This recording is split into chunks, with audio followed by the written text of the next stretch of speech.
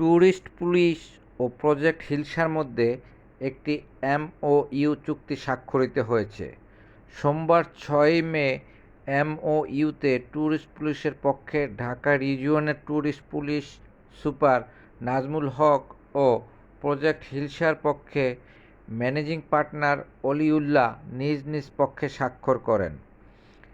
MoU স্বাক্ষর অনুষ্ঠানে police super ছাড়াও আরও উপস্থিত ছিলেন ট্যুরিস্ট পুলিশের ঢাকা বিভাগের অতিরিক্ত police super Momena Akter, project হিলসার managing partner Oliullah, manager Nandan Kumar, Padma bridge Munshiganj জোনের ট্যুরিস্ট পুলিশের ইনচার্জ আসাদুজ্জামান টিটু প্রমুখ।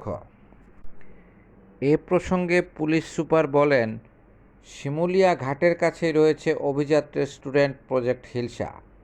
এছাড়া এখানে পর্যটকদের জন্য বেশ ভালো ভালো রেস্টুরেন্ট রয়েছে। প্রতিদিন কম বেশি পর্যটকদের এখানে আনাগোনা রয়েছে।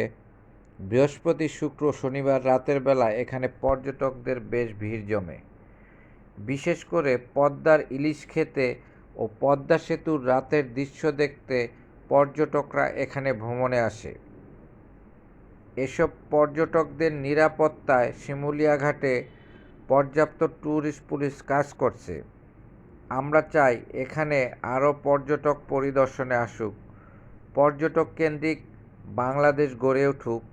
দেশীয় পর্যটকদের পাশাপাশি বিদেশি পর্যটকরা যাতে এখানে আসতে পারে, আমরা সেদিকেও খেয়াল রাখছি। পর্যটকদের নিরাপত্তা ও সুযোগ সুবিধা যেন যথাযথভাবে নিশ্চিত করা যায়, সেই জন্যই আজ এ এলাকা পরিদর্শন করলাম। বেশ ভালো লেগেছে।